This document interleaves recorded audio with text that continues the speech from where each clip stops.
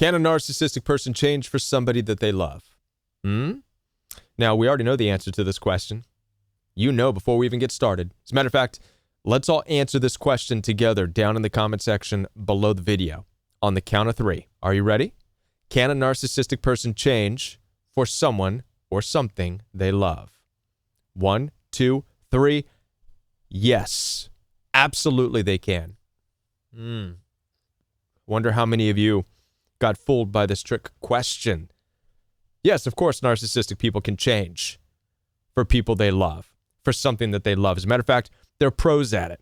This is what makes them narcissistically abusive people, is their ability to constantly change and transform and morph for someone or something that they love. After all, that's how they met you, isn't it? Transformed into something, rocked your world from the get-go, became everything you ever thought you needed and more, your knight in shining armor, your princess, for those of you who are men dealing with these types of narcissistic women out there. They sure morphed into that. They sure changed into something. Why? Because they loved you in the beginning. Oh, wait, love, is that the right word, though? You see, this is dicey territory, and this is why it needs a video, so we can figure this out together. My name is Kevin, and this is The Royal We. Now, before I do continue with this very important message on can narcissistic people change for those that they love, and the reality of if that's even what you want in life is somebody who can change for love. I want to let you know that I'm here to support you. Down in the description box below this video, you'll find access for one-on-one appointments with me. I do take telephone calls as well as video calls through Zoom, FaceTime, and WhatsApp. So if you're in a relationship or you're dealing with somebody and you're wondering if they will ever change or can change, or you're just curious because they have changed so many times already within the relationship, head on down there, schedule that time with me. Also, I do have a coaching program. Now, my coaching program is live and in person each and every day. It's group-centered. We come together for healing, motivation, and to help you map out your 2024. As an exclusive part of the Royal We Coaching Program, I am bringing back Royal We Fellowship each and every Tuesday night. We crack open the Bible, and we look at the biblical perspective of living and navigating in a highly narcissistic world, the world that we live in. It's unlike any other Bible study or teaching out of the Bible you've ever been a part of. So head on down there, get registered for the Royal We Coaching Program for the Bible Fellowship. Also, every Thursday, I do have Backstage Pass. Now, this is for those of you who have a desire to be a coach or a healer or a teacher or just to help others who are struggling with narcissistic abuse. Consider joining the Royal We Coaching Program so that you can get backstage access to see how I work and how I operate and what it's like to be a coach and how that can help you. Now, let's get right into this topic on whether or not a narcissistic person can change. Now, we already know because you've been dealing with a narcissistic person that yes, they can change. The version of them that you got in the beginning of the relationship is not the version that you're dealing with, is it? That's evidence enough that they can change, and they already have. You see, you fool yourself with questions like this. Can a narcissistic person change for somebody they love? This comes, first of all, we have to talk about this. This comes from this really horrible, bad idea that in relationships, you are supposed to sacrifice yourself and give and be Captain Save a Bum so that you can have a good relationship. I come across this a lot of times in my coaching program. I deal with women or with men who get involved with somebody else who is having a hard time, comes from a bad past, has been abused, has had 3 divorces, whatever, yada, yada, yada. And I'm like, what were you doing in this relationship? Well, I wanted to help them and I feel so bad and blah, blah, blah. I tell them, listen, choose one. Be their counselor, be their therapist, be a coach, or be their intimate lover and plan for marriage, but you can't do both. It never works out. Why? Because your happiness and your fulfillment in this life depends on their ability to change. And as we all know, together now, we can say this together. Are you ready? 1, 2, 3, people don't change. Not like that. I mean, don't get me wrong. People can shift their habits around. People can become better at working. People can kick alcohol problems. People can kick their smoking problems. But at the core, a person's predisposition, whether they are violent, rageful, hostile, or loving, caring, empathic, these things are core attributes. And the debate is up as to whether or not they are given to people or they are taught to people. I'm of the belief that they're given to people. I believe it's predisposition, much like in nature. Some people are given and made to be more aggressive than others. This is by God's design, not people's.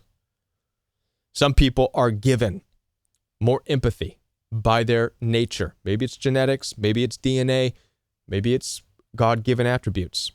I don't even associate it with DNA and genetics. Why? Because, well, you can have a family of 4 people. 2 can be empaths and 2 can be killers. And this is the story of Cain and Abel in the Bible, right? 2 brothers. One was a murderer. How do you begin to sort that out? Anyways, I digress on this topic. I ran away with the whole conversation there. Let's reel it back in here. We're talking about whether or not somebody can change for somebody that they love. Point number 1. You do not want to be in a relationship with somebody who needs to change for you. Not now, not ever. When you enter into a relationship, you better look them up, down, side to side, and you better accept every dang thing about them.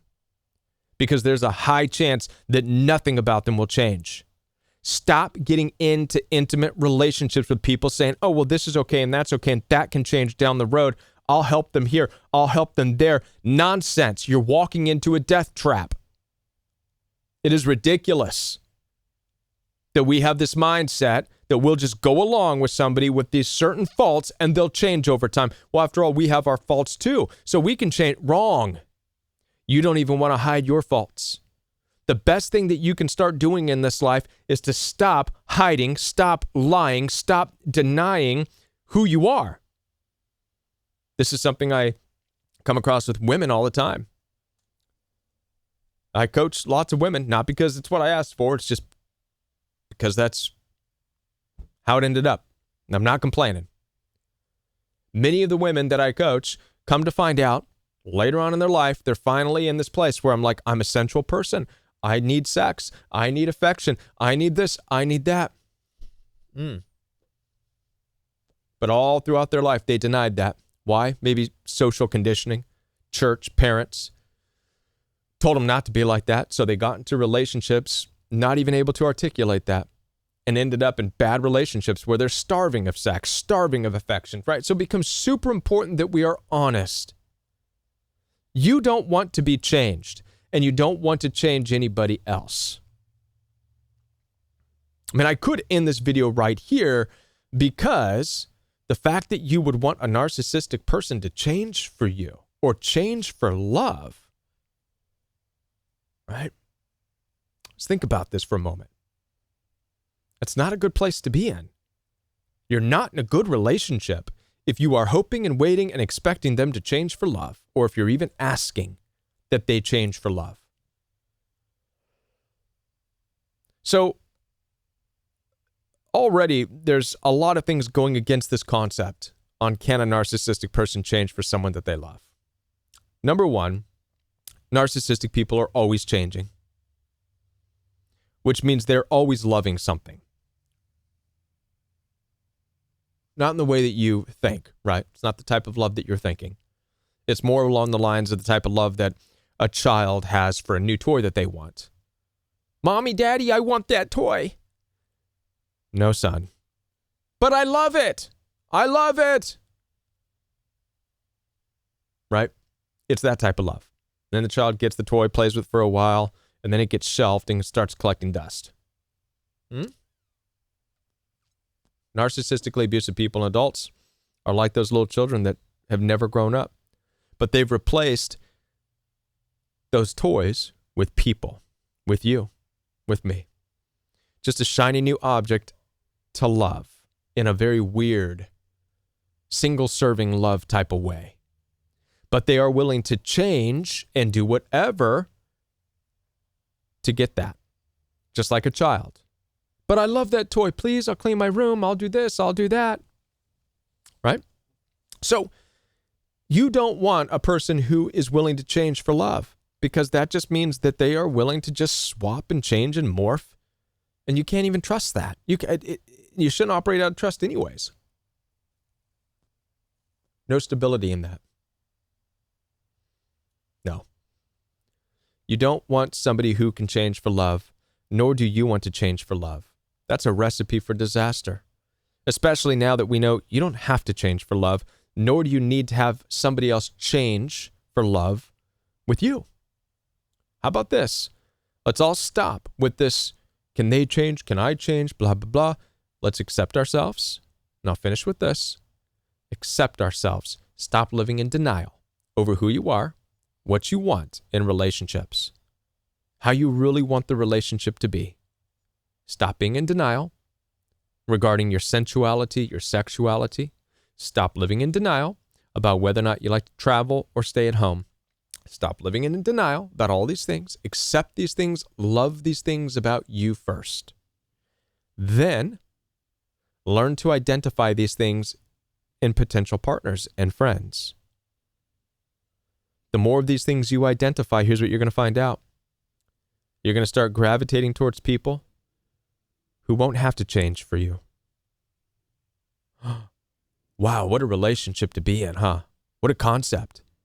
Meeting somebody and being with somebody who doesn't have to change and who you don't have to change for. Kevin, is it possible? Yeah. If we stop living in denial, start being honest and authentic with yourself about who you are, who God made you, and the type of relationship you want. As I said before, if you're really struggling in this area, I am here to support you. Down in the description box, you'll find access for one-on-one appointments with me. Telephone calls are available. Video calls are available through Zoom, FaceTime, and WhatsApp. I'm ready to talk with you right now. Also, don't forget the Royal Week coaching program, daily coaching in a group setting. Tuesday nights is Royal Week Fellowship, an exclusive part of the Royal Week coaching program. And Thursday is Backstage Pass, another exclusive part of the Royal Week coaching program. And I'll be back right here on the Royal We. If you are new to the Royal We, be sure to hit the subscribe button, hit the like button, and hit the bell notification so that you don't miss any future Royal We content, because I don't even know if YouTube is going to send these videos out to y'all. YouTube does what it wants to do. So you have to do what you need to do to see the videos that you need to see. So hit the subscribe button, hit the like button, and bell notification. I'll be back with more videos for you right here on the Royal We. Bye.